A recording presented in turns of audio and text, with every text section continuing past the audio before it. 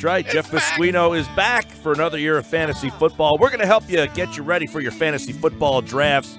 We're going to take a look at the quarterback position. He'll have some guys he likes, guys he wants you to avoid, some sleepers at that position this year. And, Jeff, that's always a tough position because why they score the most, do you advise take your quarterbacks in that first, second round if you're somebody who has one of those top picks? I would only do that if you had special type of scoring that favored guys that would run the ball a lot more. But I would pretty much think the top of your draft right now is going to be feature running backs and stud wide receivers and waiting on quarterback. Yeah, because a lot of times, hey, I got the fourth, fifth pick. I don't know what to do. Quarterback's is the best scorer right now. But you're saying, hey, you can get a quarterback a little bit later on in the draft. Don't go ahead and take a quarterback in the first or second round. When do you actually agree or advise to start grabbing those quarterbacks? I would almost want to be the last guy taking a starter, but I would want to take my backup relatively soon. Like I do an article on Football Guys called Quarterback by Committee, and what we do is we look at it matching up two guys and just their schedule and combining their points throughout the season to give you a top 5, type 6 performance. And there are two guys this year that you can definitely do that are outside the top 20 top 15 quarterbacks for sure off the draft board. All right, Jeff Pasquino, footballguys.com. We're going to look at some of the quarterbacks, and he'll give you his insight on where you should draft these guys, whether you should take them, avoid them, some sleepers guys that he likes. And let's start off with a couple of interesting names. How about Russell Wilson at the top of the list? I mean, he's a guy that, hey, all of a sudden, Russell Wilson's 30 years old, and that offense, they haven't been able to run the ball all that well. The team doesn't appear to be a playoff team anymore. So is Russell Wilson a guy you like for people's fantasy drafts? I think he's got not a lot of upside considering you got to take him as a second or third quarterback off the board, and there's some downside because some of his value or implied value is because he can run the ball. So if Chris Carson is doing as well as they're saying in camp right now, then his value of Russell Wilson goes down. All right, another guy that we want to take a look at here. All right, Matthew Stafford. He's a guy that maybe you don't put him in the top tier of quarterbacks, but if you end up with Matthew Stafford, where do you advise people start to look at him? And is he a guy that you'd be thrilled to land? I wouldn't say thrilled, but the one thing I look at quarterbacks is the surrounding cast. He's got two good wide receivers. They're improving out there. They got good guys coming out of the backfield to catch the ball. They don't have a whole lot of running back talent just yet, or proven running talent back. They do have Kerryon Johnson, who's a rookie that's looking pretty well as a 3-down back, but he's a rookie. He could hit a wall. I think Stafford's a solid guy towards the end of like the top tier, maybe quarterback 10, 11, somewhere in there. All right, another name, MVP a couple of years ago, 33 years old, Matt Ryan. He's got, a couple of years left at probably a high level, but is Matt Ryan a guy that you're excited about on draft day? Matt Ryan's a good, solid guy because you can get him pretty late. You can get him pretty much after Stafford, and I think that's a steal. He's got the talent around him. He's got two wide receivers now. Both of his running backs can catch the ball in the backfield, and his tight end's improving. And he plays in a dome. So everything looks good for Matt Ryan in that offense. All right, don't forget, if you have questions for your fantasy football drafts, we do have some coming in for Jeff Pasquino from thefootballguys.com. You can send us a text at 609-403-0973. PT is putting together the questions that are coming in. We'll try to fire some off for Jeff for your fantasy drafts that are coming up. How about Cam Newton? He's a guy that, hey, one of his top receivers the other day just said, hey, he stinks pretty much. I wish I had somebody else playing quarterback for me. But if you're a fantasy team, do you want Cam Newton playing quarterback for you? He's similar in the same kind of ballpark as Russell Wilson for me. I think he's got more downside than upside. His tight end's getting older. He doesn't have a true stud wide receiver one. Funchess is okay. Greg Olson's still the guy there. But Christian McCaffrey, they're pushing him a lot as far as a running back could get a lot of touches out of their backfield. They're saying it's 25 to 30 touches.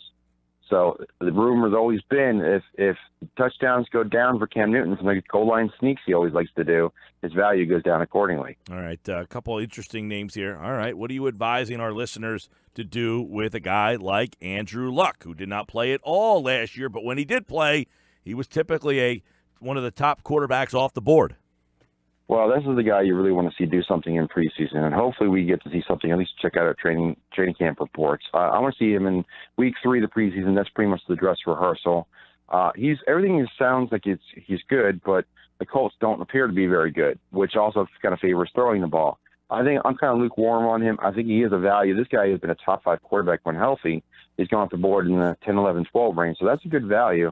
But again, I come right back and get that backup quarterback. Okay, there's so many interesting names in terms of fantasy football here. We're looking at the quarterbacks today with Jeff Pasquino from the footballguys.com, and we are previewing the quarterback position. All right, Ben Roethlisberger. I mean, he's a guy that's at the end of the rope for him too, and he's got great weapons. But is he a great fantasy option? And where do you take him? I think he's a good value where he's at. He's going off the board somewhere in the 5 to 9 range of quarterbacks, which is right about where he should be. But again, I think that if you're going to spend that much on a quarterback, if you're taking your quarterback 5, 6, 7th guy to take your quarterback, it better be for me in the 7th round. Anything sooner than that is you're giving up too much running back and wide receiver value. I think you can wait a little bit longer. And like I said, I got 3 names that we haven't even mentioned yet that I'm definitely targeting late in my draft.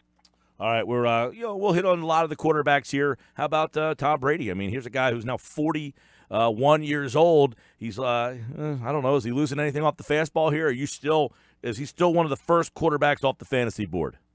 Well, he's not the very first, but he's in the top 5 usually. So he goes after, you got pretty much Aaron Rodgers number 1, then you go Wilson, Cam Newton, Deshaun Watson coming back, and then Tom Brady. There's pretty much your top 5. And then after that, with Drew Brees, there's a big significant drop-off. So if you're taking a quarterback in that top 6 of the group, you're spending either a 3rd, 4th, 5th, 6th round pick, which to me is too expensive. Phillip Rivers, 37, but was maybe one of his best fantasy years last year. So are you jumping back on Rivers this year? I do like Phillip Rivers. I think that he's got good receiver candidates. He does have a problem at tight end now.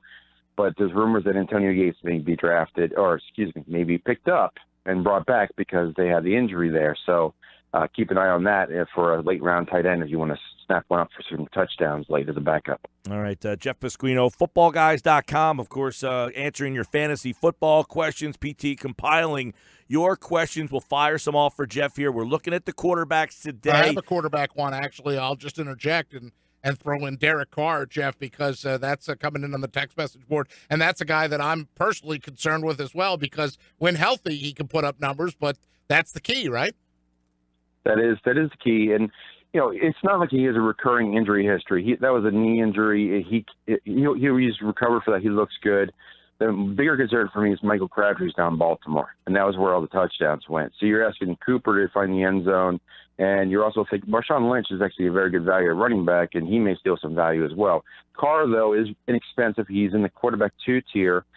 He's a good value, but I'm liking a couple other guys a little bit more. All right. How about Kirk Cousins going from Washington to Minnesota? What does that do for him? Help or hurt?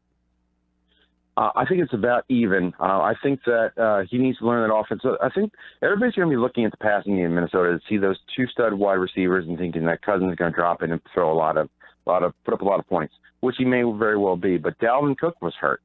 Cook comes back, he changes the entire complexity of that offense. I think that the passing game goes down a little bit, which raises the running game, and I think it's going to diminish the value of Kirk Cousins a little bit. All right, Jimmy Garoppolo, people love this guy. He's going to take him to the Super Bowl, right? The 49ers are a sleeper pick for everybody. He started 7 games. Do you want him starting on your fantasy team, and where are you taking him? I'm taking him in that quarterback 2 tier. Right? He's at the upper end of that, but I don't trust his receivers. I don't see a stud receiver out there that's going to go up and get the ball consistently for him. I do like Garoppolo. I do think he's fitting well. Jerick McKinnon is probably going to be getting a lot of value out of the backfield, but Garoppolo fits very well there. But I just don't see those. If I want a stud quarterback, I want the potential for 300 yards a week and 3 touchdowns a game. And I don't see that every week from Garoppolo, especially against some of those defenses. All right, some more interesting names we want to throw at Jeff Pasquino. Deshaun Watson's coming back. I mean, he was supposed to be he looked like he could have been an MVP candidate last year before he got hurt. But do you want him engineering your fantasy team? Now, if you're going to take a quarterback early, I think that Watson is the guy you want to invest in if you don't want Aaron Rodgers. I think Watson, he's got a stud wide receiver. He's got the sleeper part of it is that he can run, and that's the difference. You're like going all the way back to Michael Vick. If you get quarterbacks that can run and throw and put up fantasy points, if Watson is running like he did, he can compete for the number one quarterback fantasy spot, but you got to pay up for him. That's a shocker there. How about then, if you're going to go down that road, Carson Wentz was an MVP candidate before he got hurt. Do you feel good taking him early? I feel good, not great. I don't want to take him too early, and the good news is that they're still lukewarm on the injury front. Everything you guys are hearing, everything from the Eagles right now, that he looks good in camp. They're keeping him safe. I think he's going to be fine for week one. I think that's the injury lowering his value down to like that second half of the quarterback one group, which is the right spot for him. The problem for me is that the Eagles like to run the ball, too, and they mix it around. I think Wentz is really good value for quarterback 8, 9, 10 spot, but again, I'm waiting and taking running backs and wide receivers, loading up on that and a stud tight end the first 6, 7 rounds. All right, we'll get some of Jeff's favorite quarterbacks, some sleepers in a minute. There's some interesting names still that we haven't touched on. You got Jared Goff. They've added to the offense out there as well, and now in year number 3. Goff is one of the guys that I'm looking at, and we finally start to hit one of the names I'm really looking at. Goff has put up a lot of numbers. He's got a running back who catches the ball out of the backfield, and he's got 3 wide receivers that are potentially putting up 3 for 1,000 yards this year. Where you got Sammy Watkins now in the mix. You've got 3 guys out there that are probably going to be put up good numbers. So I like Goff a lot this year. You can take him as a quarterback too with a lot of upside. And you're getting Brandon Cooks in the mix. You get Robert Woods. You got Cooper Kupp. You got all these guys that are out there that can catch the ball. I think Goff is pretty much a shoo-in for 3,000-plus yards this year and 20 touchdowns. Ooh, all right. So that's a name to keep an eye on. What about a couple new guys? You got Patrick Mahomes in Kansas City. You like him? Not really. I mean, I think that he's got the potential there because he's got a stud tight end and he got a very good number one wide receiver. But the running game is good, too. Andy Reid's very conservative. We all know that. So I don't see a lot of 27 to 34-point production here in that offense. If it does, it's probably not in the passing game. Where you're taking Mahomes is a borderline quarterback 1, which I think is crazy. He's more like quarterback 15 off the board, so high number 2.